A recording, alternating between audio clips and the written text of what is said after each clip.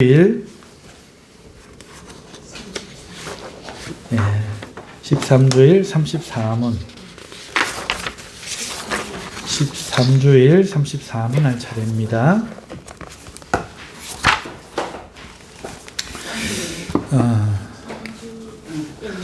제가 33문을 읽으면 여러분들이 34문을 질문하면 여러분들이 그 답을 하시면 되겠습니다. 당신은 왜 그분을 우리 주라 부릅니까? 왜냐하면 그분이 금이나이 아니라 그의 보혈로서 우리의 몸과 영혼을 우리의 모든 죄로부터 구속하셨고 우리를 마귀의 모든 권세에서 해방하여 주의 것으로 삼으시게 됩니다. 아멘. 오늘 이 질문은 이해를 돕자면 왜 이 질문이 필요합니까? 예수님은 하나님의 독생하신 아들이다 하는 것이 33문이었죠. 왜 예수님을 독생자라 부릅니까? 그러면 그 질문을 하는 이유가 뭐였어요? 우리는 하나님의 양자이기 때문에. 우리도 하나님 아들인데 왜 예수님을 하나밖에 없는 독생자라고 말이 안 되는 말을 하고 있는 겁니까? 우리도 아들이라면서 왜 하나밖에 없는 하나만 태어난 아들, 독생자 이렇게 예수님을 부르는 이유가 무엇입니까?가 33문이었는데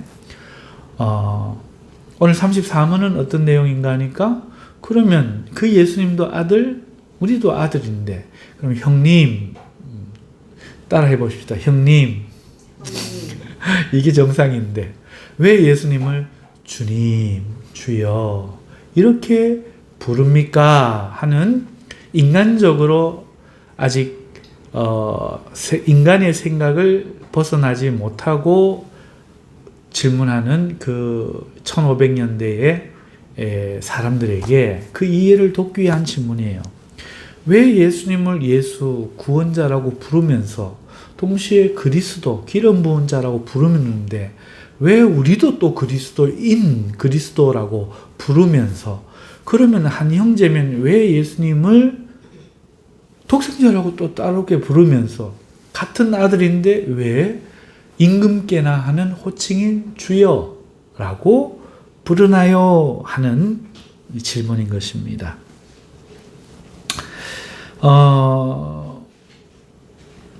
그리고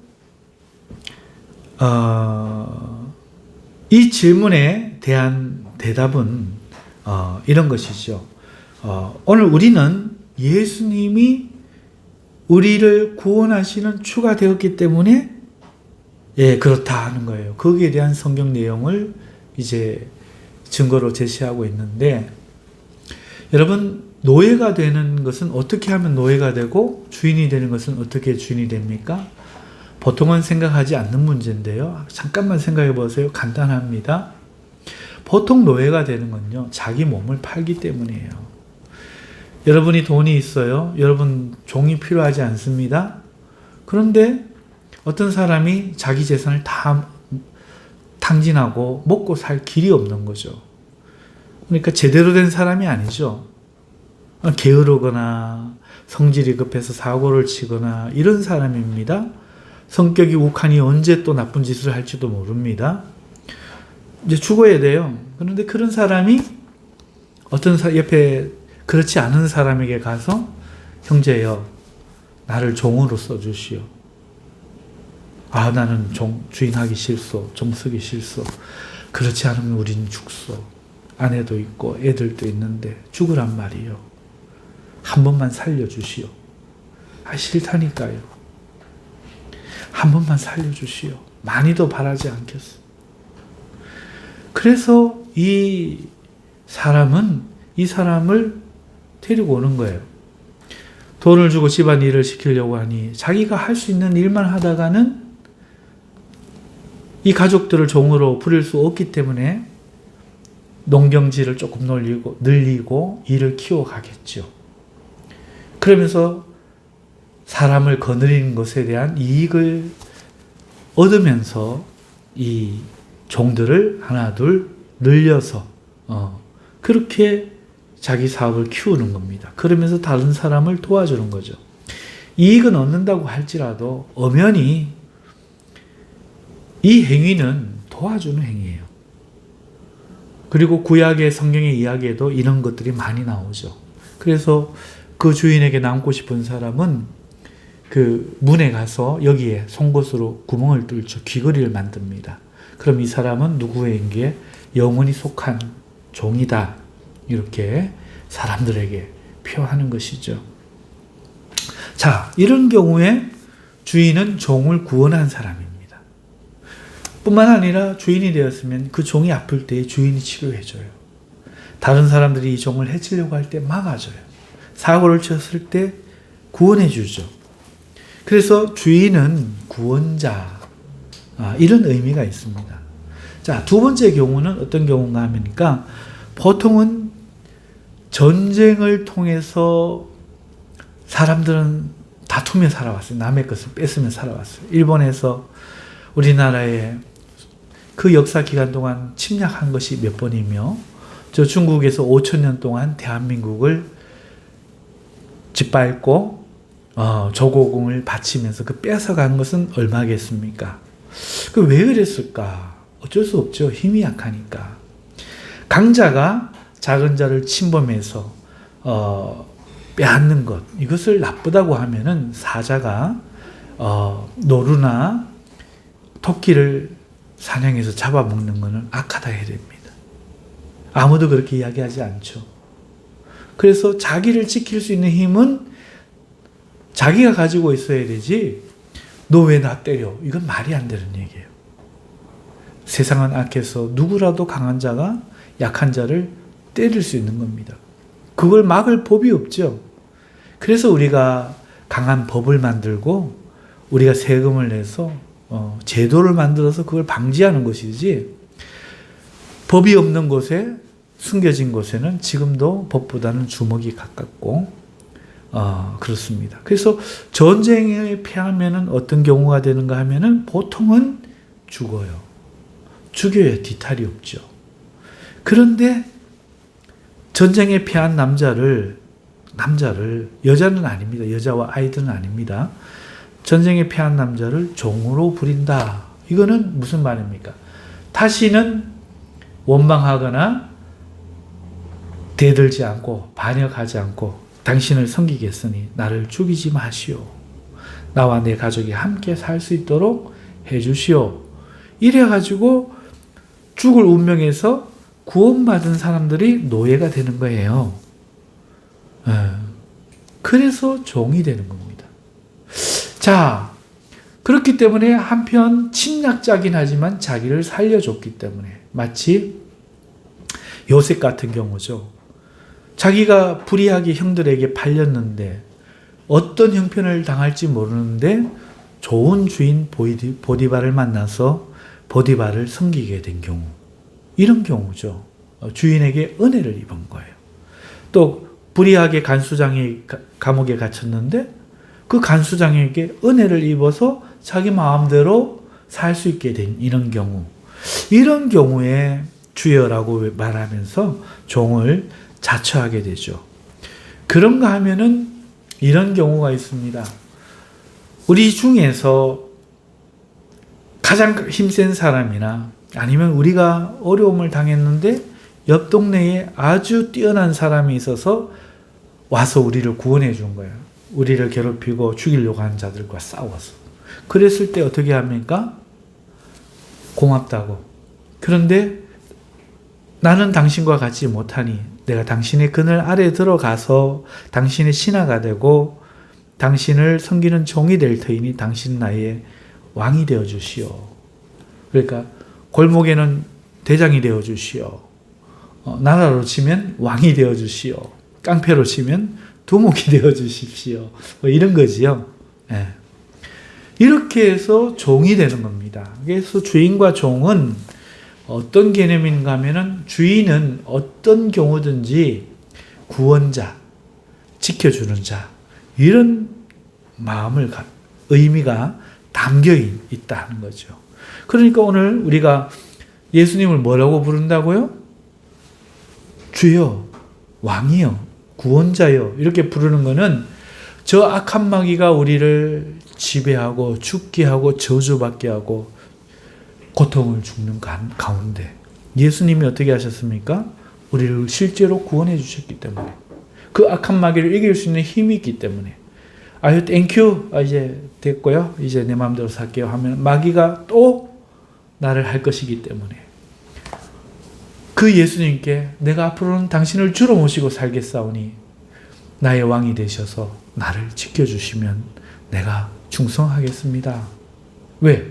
이 왕은 나쁜 왕이 아니고 좋은 왕이며 겸손하여 나귀를 타고 나를 지배하고 군림하는 왕이 아니라 내가 행복하게 살기를 바라는 정말로 좋으신 왕이거든요. 그러니 손해볼 게 전혀 없죠. 예수님 믿어서 피해보는 게 전혀 없고 득이 되는 일이죠. 그래서 우리는 같은 아들인데도 예수님을 향하여 구원자시기 때문에 실제로 구원하셨기 때문에 그리고 실제로 힘이 있으시기 때문에 실제로 좋기 때문에 그리고 또 내 삶을 보니까 뭐가 안 되는 거야. 못났고 미련하고 고집세고 어리석고 내 버릇 못 고치고 어떻게 살 건가? 안 되겠다. 내가 내 주인 돼서 못 살겠다. 주님 종으로 써주십시오. 세경 주십시오. 시키는 대로 일하겠습니다. 일하다가 농땡이 부리고 눈속임 하거든 때리시더라도 나를 쫓지는 말아주소서. 이러고 예수님의 주인이 되면 예수님의 종이 되면 하나님이 비록 못났을지라도 돌보시고 책임져 주시기 때문에 우리의 주인이시다. 같은 아들은 맞는데 그분은 우리와 다른 아들이고 우리를 구원하는 아들이고 주인이 되기에 능히 합당한 아들이고 우리가 기꺼이 우리 삶을 투신해도 괜찮은 아들이기 때문에 우리는 예수님을 주여라고 부른다. 그러니까 왜 주여라고 부릅니까? 하는 말은 억울하다는 말이 아니라 기꺼이 즐거움으로 주여 이렇게 부른다는 그 내용이 들어있고 오늘 이 질문 속에서 3번 각주, 4번 각주, 5번 각주가 있는데 이 3번 각주는 왜 우리를 주로 부르는가 하고 그 주로 부르는 것에 대해서 주님이 우리를 구원하신 놀라운 일들 때문에 그렇다는 성경 구절들이 들어있고 4번 각주에서는 히브리서와 골로새서의 말씀을 가지고 그가 마귀의 모든 권세, 이 세상의 무법자, 살인하는 자, 하나님과 싸우려고 하는 힘센 자, 지혜로운 자, 하나님 외에는 대적이 없는 자, 이 자와 싸워서 우리를 해방하시는 힘이 있으시다는 것을 근거로 삼았고 마지막 5번 각주에서는 요한복음 10장 28절과 베드로전서 2장 9절의 말씀으로 아무도 우리가 주인으로 예수님을 섬기면 그 어떤 것도 예수님의 손에서 뺏지 못하고 우리는 그의 소유된 백성으로 안전할 것이라는 것을 증거 구절로 내놓고 있는 거죠. 오늘 제가 성경 구절들을 읽지 않고 왜 이렇게 말씀을 요약해서 정리해서 설명을 드리는가 하면은 오늘 제가 여러분들에게 준비한 말씀이 있어서 그래요. 오늘 이 말씀을 들으면서 여러분들이 참 그렇구나 할렐루야 하는 이런 마음을 가지실 수 있어요. 하지만 사실은 그보다 더 큰 의미가 있기에 이걸 꼭 좀 전해드리고 싶어서 제가 오늘 말씀을 좀 풀어서 그러니까 우리 교리를 좀 풀어서 여러분들에게 이해를 시켜 드림이 좋겠다 하는 생각에 이렇게 성경 구절을 읽는 대신에 제가 준비한 말씀을 좀 전할까 합니다. 여러분 예수님이 우리를 구원하셨다 하니까 우리는 할렐루야 이것만 생각하잖아요.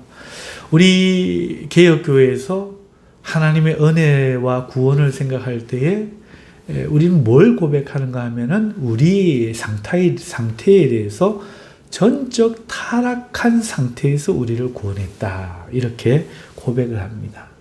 여러분, 우리가 선악과 사건으로 죄를 지은 것을 아시죠? 그 하나님이 먹지 말아 했는데 불순종했다는 거죠. 우리가 불순종해서 선악과를 먹음으로써 우리는 하나님과 원수가 되었습니다. 원수가 되었고 그 다음에 그 원수됨에 따른 징벌과 그 다음에 이 땅에서 살면서 받게 되는 보응이 있는 거예요. 그래서 그전과 완전히 다른데 이거를 우리는 선악과를 따먹고 불순종해서 죄를 짓게 된 이거를 우리는 뭐라고 이야기하는가 하면 타락이라고 이야기합니다. 타락. 여러분, 이 타락이라는 것은요, 떨어질 락 이런 뜻이에요. 그러니까 떨어지다, 떨어뜨리다 이런 뜻이에요. 타락했다, 타락시켰다 이런 뜻이죠. 올바른 길에서 떠나 그릇된 길에 빠져버린 거예요. 타락했다. 양심. 사람은 양심이 있어야 되는데 이 선한 양심을 잃어버린 거예요. 선한 양심에서 떨어져 버린 거예요. 이걸 타락했다 이렇게 말을 하죠.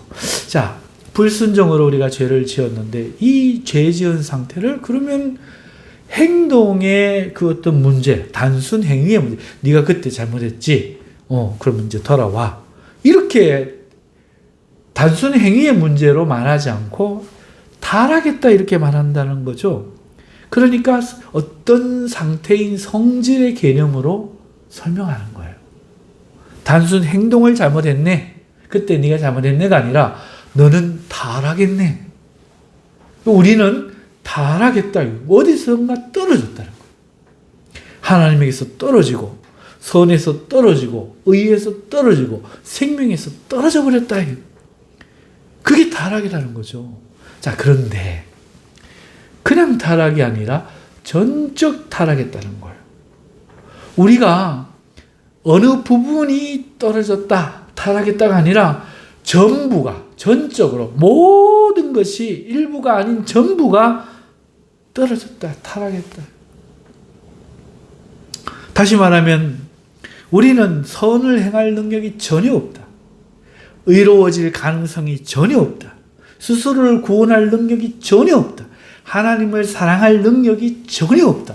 이렇게 되어버리는 거예요. 이게 우리 교리란 말이죠. 예수님이 이런 상황에서 우리의 주인이 되시주신 놀라운 의미가 오늘 우리가 깨달아야 되는데 우리가 전적 타락했다는 거예요. 하나님을 사랑하려고 제가 아무리 노력해도 안 되더라는 거죠. 의롭게 살려고 아무리 노력해도 안 되더라는 거예요. 선을 행해서 하나님 구원에 내가 다가가려고 아무리 해도 안 되더라는 거죠. 사람들은 이걸 부정하죠. 아니야. 뭐 그래. 거짓말하지 마. 이 세상에 우정도 있고요. 사랑도 있고요. 의도 있고 선한 사람도 있고 이런 걸 경험할 수 있잖아. 인정이 많은 사람, 남을 긍휼히 여기고 동정하는 사람. 난 좋은 사람 만났는데 나도 누구 도와줬는데 왜 전부 타락했다고 해? 그건 사실이 아니잖아. 너희 기독교인들 이상하다. 이렇게 말합니다. 사람에게는 양심이 있어서 양심대로 살지 다 마귀가 되어서 양심도 없이 그렇게 사는 거 아니야. 그러니까 전적 타락이 아니고 일부분 타락한 거야. 이래서 알미니안이 나오고 감리교가 나오고 가톨릭이 나오는 거예요. 하나님의 구원의 은혜와 그거를 붙들 수 있는 가능성이 있는 나의 덜 타락한 부분이 있어서 그걸 붙잡고 구원을 받는 거지. 너희들 개신교들이 이야기하는 것처럼 우리가 악마가 되었는데 하나님이 우리를 전적 은혜로 하나님을 찾게 만들어서 구원한다니 그게 무슨 나쁜 소리냐 하는 거죠. 그런데 우리는 그렇게 이야기한다는 거예요. 아니야. 우리는 전적 타락했다. 저 사람들은 안 믿기는 거예요. 세상 사람들은 기분이 나쁜 거예요. 그러면 왜 전적 타락인가 하는 것을 우리가 이해를 해야 됩니다. 여러분, 우리가 경험하는 것을 보십시오. 우리가 사랑을 경험합니다. 하지만 순수한 사랑은 없어요. 1년만 지나도 6개월만 지나도 사랑의 유효기간이 있대요. 어떤 사람은 3개월이라 해요. 호르몬의 작용이래요. 아무리 남녀가 사랑해도 짧으니까 그렇지. 오늘날 로미오와 줄리엣을 우리나라에 데려와서 결혼을 시켜놓으면 6개월 만에 헤어질 걸 그런단 말입니다. 여기서 한번 살아보라 그래. 금지된 사랑이니까 그렇게 애틋했겠지. 서로가 약을 먹고 같이 죽기까지 사랑할 수 있었지. 오늘날 같이 돈 벌어서 애 키우고 육아하고 사랑해보라 그래. 사랑할 수 있나? 사람들은 순수한 사랑이 없다고 생각해요. 아무리 사랑하지만 결혼은 돈 있는 남자, 능력 있는 남자 하고 결혼하겠다고 합니다. 여러분, 순수한 정의도 없어요. 정의에 따라 정치인들이 저 종이잖아 해놔놓고는 법을 바꿔버려요. 자기 입장에 따라, 이익에 따라 법을 바꾸는 거죠. 때때로는 이게 맞다고 했다가 자기가 손을 낼 때는 그게 아니라고 했다가. 여러분, 한번 보십시오. 가족 관계에서 부모를 원망 안 하는 자식 봤습니까? 부부가 서로 원망하지 않는 부부 봤습니까? 친구가 끝까지 가는 친구 봤습니까? 돈 안 빌리고 싸울 일이 없고 그러니까 친구지. 그렇게 안 된다는 거예요. 동맹, 일시적인 동맹이죠. 여러분, 모든 관계가 예외가 없고 동서고금의 동이란 것은 순수한 사랑, 순수한 정의, 순수한 우정, 지키는 절개 이런 게 없다는 거예요. 따라서 미국을 가도 아시아를 와도 유럽을 가도 완벽한 세상, 완벽한 나라 없고 완벽한 사람 없고 상대적으로 좀 나은 사람과 그렇지 못한 사람, 상대적으로 좀 나은 세상과 그렇지 못한 세상이 있을 뿐이라는 겁니다. 그래서 전적 타락이라는 것은요, 뭘 이야기하는가 하면은 내가 스스로 구원에 이를 만한 선이나 의를 가지지 못한 상태를 전적 타락이라고 하는 거예요. 죽음이 왜 들어왔습니까? 죄의 삭은 사망이기 때문에. 죄가 있으면 반드시 죽는 거예요. 그런데 이 세상 역사 속에 스스로를 죽음에서 구원한 사람이 단 한 사람도 없는 거예요. 그러니까 전적으로 타락하지 않고 있는 사람은 한 사람도 없다. 그저 희미한 그림자가 남아서 잠시 젊음이 있을 동안에 사랑한다 말하고 잔소리하고 서로가 나빠지기 전에 사랑한다고 믿지. 다른 여러 가지 일들과 삶의 문제들이 겹쳐지고 충돌이 일어날 때에 그 사랑도 변하고 정의도 변하고 관계도 변하더라. 일시적인 거더라. 이거를 우리는 전적 타락, 자기를 구원할 수 없는 정의, 사랑, 양심 이런 것들을 전적 타락이래. 이런 우리가 가만 보니까 하나님을 사랑할 수 없는 거예요. 왜? 하나님은 율법이거든요. 보니까 늘 걸리는 거야. 늘 걸리는 거예요. 하나님 앞에 죄를 짓는 거죠. 제가 초등학교 다닐 나이 때 나는 여기 있는 죄 지은 게 한 개도 없는데 교회밖에 모르고 이웃을 그 나이에 뭘 미워하면서 살겠습니까? 기껏 죄를 지었다면 무슨 죄입니까? 거짓말, 엄마한테 거짓말했는 정도? 여러분, 그런데 오늘 우리가 그 하나님을 이제 이성이 생기고 하나님 앞에 섰을 때 고르반 하던 유대인들처럼 하나님 앞에 내 사랑이 거짓됨이 드러난다는 거. 진짜 하나님 사랑하는 게 아니에요. 지옥 없으면 내가 하나님 믿겠냐고. 하나님 축복 안 하면 내가 하나님 앞에 헌물하겠냐고. 벼락 안 맞으면 내가 교회 나오겠냐고. 귀찮은데 하는 거야.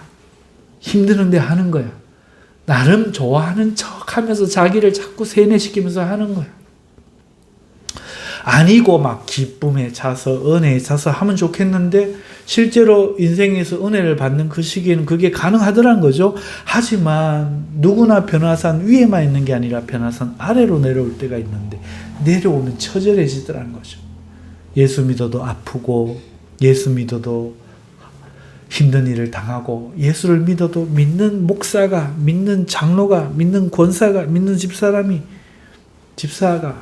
정말 나쁘더라는 거죠. 어제 제가 어떤 목사님 만났는데 목사님 딸이 결혼을 했는데 정말 슬픈 일을 겪었어요. 그 목사님 딸의 시집간 분이 목사님이고 그 아버지가 목사님인데 학교에서 교사를 하시다가 은퇴하시고 목사가 되신 분인데 그렇더라고요. 얼마나 이 목사님 마음 아프고 딸이 마음에 아팠겠어요. 여러분, 우리가 이렇게 교회 안에서 믿을 만한 사람들조차도 좀 나은 사람이 있고 저 사람은 정말 세상 사람들보다도 나쁘다 하는 그런 사람이 있더라는 거예요. 여러분, 우리가 그 누구도 하나님을 믿으면서 올바르게 사랑하지 못하고 완전하게 사랑하지 못하니까 자, 이럴 때 어떻게 합니까?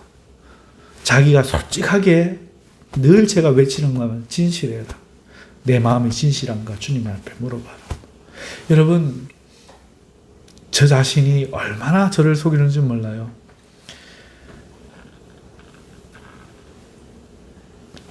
기쁘고 즐겁고 내게 유익하면 할렐루야 하나님의 은혜다 이렇게 말합니다. 그런데 고통스럽고 힘들면 하나님의 은혜라고 말하지 않는 거죠.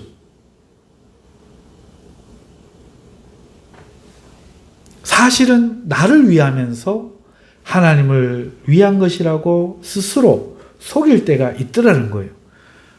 이렇게 뿌리 깊게 들어져 있는 죄성을 볼 때, 자기를 발견할 때 어떤 생각이 드냐면 마귀는 딴 데 있는 게 아니라 내가 곧 마귀구나. 아, 성령이 내게 은혜를 안 주셨더라면 나는 이거 영원히 못 깨닫고 살았겠구나. 자기를 위하면서 한다면서 정부돈 끌어갖고 내 사업을 막 만들어 놓고 막 그러면서 하나님 위해서 그러고 하나님께 영광됨 됐지 하고 정부돈 사기쳐 먹고 아는 사람 사기쳐 먹고 그러면서 하나님이 이렇게 도와주셔서 이렇게 됐다. 사기 당한 사람은 어떡하고 그렇게 되면 안 되는 거죠. 그런데 그렇게 속으니까 그걸 하나님의 은혜라고 자랑하며 간증하며 다니더라고요. 사람들을 가르치며 여러분도 하나님 도움 받을 수 있습니다. 이렇게 정당화하면서 다닌다는 거죠. 그런데 자기 마음이 진실해서 그거를 바라보면 어떻게 됩니까? 아, 하나님하고는 도저히 친할 수가 없다. 이런 거죠. 내가 너무 가난한 집 여자야. 아니, 가난한 집 남자야. 근데 사귀는 여자가 너무 부한 집 회장님 딸이야. 큰 그룹의 딸이야. 먹는 게 달라요. 돈 쓰는 게 달라요. 부모님이 와서 이거 먹고 떨어져. 이러고 막 모욕을 주고. 내 친구들이 야, 여자 만나 팔자 피려고 하는구나. 이렇게 하고 그러는 거죠. 그러면 어떻게 됩니까? 어울리려고 해도 너무 힘들죠. 너무 힘듭니다. 여자가 그거 얼마 한다고 하는 말 한마디에 상처되고 네. 내가 사고 싶은데 날 데려간 곳이 한 끼에 100만 원짜리 먹는 곳이야. 아, 너랑 나랑 너무나 다르구나. 여러분, 그럴 때 사랑이 깨어지죠. 아무리 좋아도. 우리가 하나님 앞에 가까이 가려고 하니까 전적으로 타락했다고 생각하지 않던 내가 전적으로 타락해 있는 거야. 하나님을 순수하게 사랑하지 않고 두려우니까 구원받으려고, 진실한 사랑이 하고 이용하려고, 천국 가려고, 복 얻으려고 하지, 나를 뭐라 하고 괴롭게 해도 내가 주님을 사랑하느냐, 그게 안 되더라는 거죠. 그러니까 진실하면 어떻게 되냐, 이용해 먹고 잘 때는 어떻게 하든지 이 여자랑 결혼해서 다 죽여버리고 아들 다 죽여버리고 내가 유산 돼갖고 이거 싹 다 차지해야지, 이런 마음으로 할 때는 괴로움이 없어. 하나님을 이런 마음으로 믿을 땐 괜찮아. 근데 진실한 사랑을 하려고 해보니 이 여자하고는 결혼하면 내가 너무 힘들고 부모가 너무 힘들겠다 싶은 것처럼, 하나님을 진실로 사랑하려고 해보니 그 앞에만 서면 부끄러울 뿐인 거야. 그 앞에만 서면 난 점점 작아질 뿐인 거야. 너무너무 내 재성이 추악해서 어떻게 이런 나를 저 하나님이 사랑하시는가 도저히 가까이 할 수가 없는 거죠.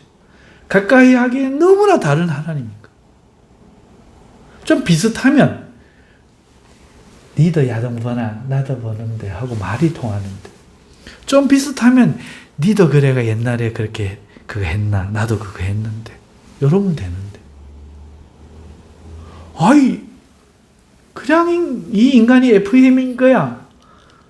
정의롭게만 살았어. 만간히 부끄러워 나를. 믿는 사람도 그런 사람이 있어요. 같은 예수 믿는 사람인데 만나면 부끄러워. 이 사람 믿는 거 보니까 나는 틀렸다고 말하는 것 같고. 사람도 그런데 하나님 앞에 나가서 말씀의 조명 받고 성령의 조명을 받아서 이렇게 할 때는 도저히 나는 하나님을 못 사랑하는구나 깨달아진다는 거죠. 이걸 전적 타락이라고 해요. 자, 이 전적인 타락 상태에서 하나님과는 화목할 수 없고 도저히 친해질 수 없는 속에서 우리는 예수 그리스도, 우리와 같은 아들인데, 지금은 아들인데 그가 우리에게 무슨 일을 하셨는가를 여기에서부터 시작해야 돼요. 그가 우리를 사랑하셔서 우리를 구원하셨어요. 이런 우리를 구원하셨어요. 자, 구원하셨는데 그러면 나는 지금 전적 타락한 상태에서 완전히 벗어났는가? 그런 사람 손 아무도 없어요. 이 손 들면 이 사람 이단이에요. 손 들면 이단이야.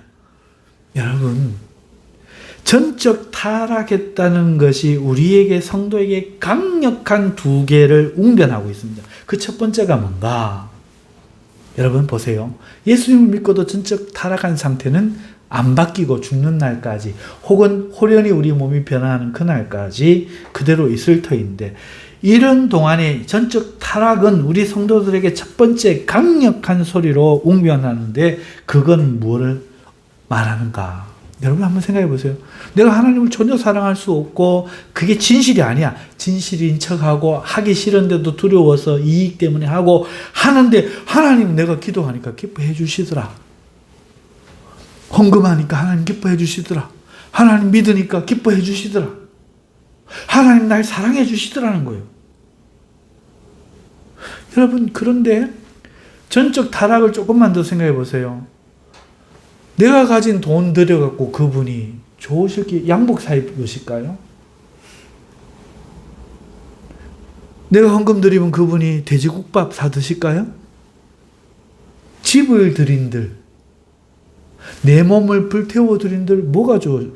고귀한 가치가 있는 영롱한 존재가 자기를 혹시나 드리면 몰라. 내같이 전적 타락해 있는 존재가 하나님께 무슨 기쁨이 될 수 있냐는 거예요. 타락한 사람에게 하나님이 기뻐할 만한 것이 아무것도 없다는 그 내면과 외적인 모든 것들. 하나님이 이거 받아갖고 예를 예배 나오면요, 여러분이 정말 혐오하는 사람, 정말 저렇게는 살지 말아야지 하는 가족이 됐든 친구가 됐든 어떤 사람이 여러분 이 교회 나온다면 여러분 교회 좋아합니까? 우리 전적인 타락한 사람에게 하나님이 기뻐하실 게 뭐가 있겠어요? 그런데 기뻐하시더라는 거예요. 말도 안 되게. 나는 진실한 적이 한 번도 없는데 온전치 못한 나의 예배와 헌물, 기도, 감사, 찬송을 하나님 기뻐하시고 받으시더라는 거죠. 내 마음도 안 믿겨지는데. 그럼 그 이유가 뭐냐는 거예요. 그거는 내게 받을 만한, 하나님 기뻐할 만한 무엇인가가 있어서가 아니라 하나님이 이런 나를 사랑하심, 기뻐하심, 미쁘심, 거기에 있더란 거예요. 개새끼가 저기 가갖고 주인에게 주겠다고 개뼈다귀 갖고 와서 주인이 물고 왔어요 하고 주고, 내가 던졌는 나무 짝대기 물고 와갖고 자랑스럽게 와갖고 내가 물고 왔어요. 뭐가 기쁩니까? 내가 내 개가 아니면. 고양이가 쥐를 잡아갖고 새를 잡아갖고 집에 갖다 놓고 보관한다고 뭐가 기쁩니까? 기쁠 게 하나도 없죠. 기뻐한다면 내가 그 강아지를 사랑하니까. 강아지가 안작하고 앉는다고 뭐가 기쁩니까? 내가 사랑하니까. 앉을 줄도 아나. 여러분, 우리 성도들이 하나님 앞에 기뻐하심을 입는다는 것이 이 말이라는 거예요. 전적 타락한 그 사실이 이걸 증명하고 웅변하고 있는 거예요. 네가 사랑을 받고 하나님 앞에 기뻐함을 받는 이유는 하나님이 그런 너를 사랑하시기 때문이다. 이걸 믿는 거예요. 이게 은혜예요. 내가 아니라 하나님이 너무너무 좋은 분이니까 사랑으로 충만하고, 강아지도 우리가 기뻐하는데 우리를 하나님이 끔찍이 죽기까지 사랑하신다. 이걸 믿는 거예요.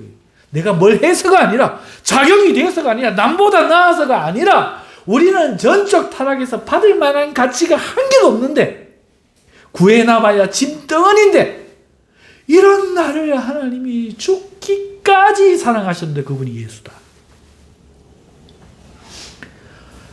1초도 안 망설였다. 그 긴 세월을 나를 위해 기꺼이 인간이 되셔서 치욕당하시고 멸시당하시고 십자가에 달리셔서도 한 번 후회하지 않으시고, 예수 믿고도 이 사실을 몰라도 한 번도 안 꾸짖으시더라. 전적 타락은 이걸 외치는 거예요. 이걸 우리가 알아야 된다는 거예요. 이거를 내가 뭔가 해드리는 게 아니라는 거죠. 내가 해드리니 하나님 기뻐하시니까 내가 잘난 것 같지만 아니더라는 거예요. 하나님이 우리를 사랑하시더라. 이게 첫 번째 우리가 깨달을 수 있는 거예요. 전적 타락 속에서 성도에게 이 깨달음은 무엇을 주는가? 오늘 우리가 하는 모든 기쁨 찬송이 그분에 의해서, 그분의 미쁘심 때문에 그분에게 기쁨이 되고 즐거움이 되더라. 아멘. 그러니까 이걸로 완벽해지려고 하지 말고 그분을 의지함으로 헌금 2랩돈이라도 기꺼이 내자. 단 5분 기도하는 거라도 기꺼이 하자. 내가 죄를 지었을지라도 하나님 앞에 나아가자. 이거를 강력하게 웅변해주고 있다. 저 아르메니아나 카톨릭이나 감리교나 이런 사람들이 주장하는 것처럼 우리에게 하나님 받을 만한, 사랑할 만한, 내가 이럴 줄 알고 구원할 만한 그런 것이 있는 게 아니라 그분이 사랑하셨기 때문에, 사랑이시기 때문에, 그가 나를 어여삐 보기 때문에 오늘 우리가 하나님 앞에 기뻐하심을 입을 수 있다. 이걸 첫 번째 깊이 깨달아, 그래야 주여가 나오는 거예요. 그거 안 하면 소리를 높이 주여 주여 이지를, 아이고, 이 짓 하는 거예요. 이 짓 하는 거예요. 강대상 뜨기 주여 주여. 어디에 하나님 앞에서 주여 주여 합니까? 이 주여 앞에 녹아나야 되는 거예요. 어이하여 내 주인이 되기를 원하시나이까? 어이하여 내가 종됨을 받아들이시나이까? 어이하여 나의 주인이 되기를 받아주십니까가 돼야 되는데, 어찌하여 잘못된 신앙을 가지고 주여를 그렇게도 강대상을 뚜르기면서 할 수가 있느냐는. 두 번째, 웅변은 무엇인가? 그러면 우리가 전적 전적 타락을 했다면 어떻게 우리는 하나님을 섬길 수 있는가? 이게 무슨 말인가 하면은 보세요. 우리 마음을 보세요. 뭔가 이익이 있으면은 사람에게 꼬리를 살랑살랑 흔들고, 그런데 이익을 더 이상 안 줄 것 같은, 안 해도 나에게 막 줘야만 될 것 같은 부모에게는 함부로 하고, 내게 나올 게 없는 사람한테는 무시하고, 그러나 학점을 주는 교수님이나 사장님이나 이런 앞에서 막 멘토십니다, 존경스럽습니다, 허리를 숙여갖고 막 이러잖아요. 얼마나 가증스럽습니까? 그런데 하나님은 뭘 보세요? 아부를 안 보시거든요. 하나님은 외모를 보지 않으시고 중심을 보느니라. 이 걸리는 거야. 네 마음이 무엇이뇨? 하나님 마음을 감찰하시는 거죠. 그러니 우리가 하나님을 섬기려고 할 때 진실로 이런 하나님 앞에 섬길 마음이 날 수가 있겠느냐 하는 거예요. 전적 타락한 존재인데. 그런데도 신기하게 오늘 우리에게 뭐가 있습니까? 금요일날 교회 가야지. 하나님께 기도해야지. 나도 말씀대로 살아봐야지. 그 마음이 있더란 거예요. 그럼 그 마음은 어디서 났을까요? 타락한 내게서 난 게 아니라 이것 또한 하나님이 은혜로 내게 허락하신 결과, 이거를 깨달으라는 거예요. 두 번째 전적 타락이 우리에게 외치는 큰 웅변은, 네가 선한 생각을 할 수 있다면 그것은 하나님의 은혜지 너 때문이 아니다. 아니면 넌 위선하고 외식하고 거짓이라는 거죠. 우리 권사님 우는데 저 눈물을 좀 닦아야겠다. 기분 나쁘게 하면 눈물 닦았죠. 우리 권사님 목사님하고 헤어지지 뭐합니다. 내 관뚜껑 못 닦아주시다 하더니 교회 점심 못 먹는다니까 그럼 교회 못 나와요 그러시더라고요. 교회 못 나와요 그러시더라고요. 여러분, 이게 저 권사님의 마음이에요. 저 권사님을 향해서 섭섭하게 여기는 이게 내 마음이에요. 그런데도 어떡하여 이 목사는 권사님을 사랑하고 권사님은 그럼에도 목사님을 아끼겠습니까? 하나님 주신 은혜다. 오늘 우리가 홀로 가고 있는 것 같고 홀로 내가 하는 것 같아도 하나님의 은혜로 하고 있다. 하나님의 은혜가 아니면 우리는 아무것도 아니다. 사람 볼 거 없다. 나 자랑할 게 없다. 전적 타락은 이걸 말해주는 거예요. 사람 보고 실망하지 말고 너 자랑하지 말고 하나님의 은혜를 자랑하라. 내가 나 된 것은 내가 아니요 하나님의 은혜로다. 이것을 자랑하라 하는 것을 전적 타락이라는 이 가르침이 우리에게 강력하게 웅변하는 두 가지인 거예요. 여기서 우리 주여가 나와야 돼요. 내가 주여하는 것은 바로 이거구나. 성령으로 말미암지 않고는 주여 할 수 없다는 뜻이 이 뜻이구나. 오늘 내가 어떻게 이 말씀을 깨달을 수 있는가? 어떻게 저 목사님이 저 말씀을 들려줄 수 있는가? 바로 주님이 하시는구나. 나를 뭐라고 이 말씀을 듣게, 저가 뭐라고 저 말씀을 할 수 있게 하시는가? 바로 우리 주님입니다. 그래서 오늘 제가 이 귀한 말씀을 여러분들에게 전하고 싶어서 성경 구절 읽는 대신에 설명을 드립니다. 사랑하는 성도 여러분, 아직도 내가 남아있습니까? 주여 속에는 주인 삼아주신 구원자 주님만 남아야지 우리가 남아있으면 안 돼요. 오직 우리 주님은 우리를 전적 타락한 상황 가운데서 구원하시고 우리를 당신의 것으로 받으심을 기뻐하실 뿐만 아니라 전적 타락한 우리에게 지금도 은혜로 하나님을 알도록 힘쓰시고 인도하고 계신 우리의 참된 구주이십니다. 할렐루야. 오늘 이 말씀에 은혜 되시길 바라고 우리 주여 외치고 다 함께 한 30분 기도하다가 돌아가도록 하겠습니다. 우리 왜 우리가 예수님을 주여라고 부르는가? 같은 아들이면서 주여라고 외치는가? 바로 이러한 이유인 줄 믿습니다. 우리 다 함께 기도하겠습니다. 주여!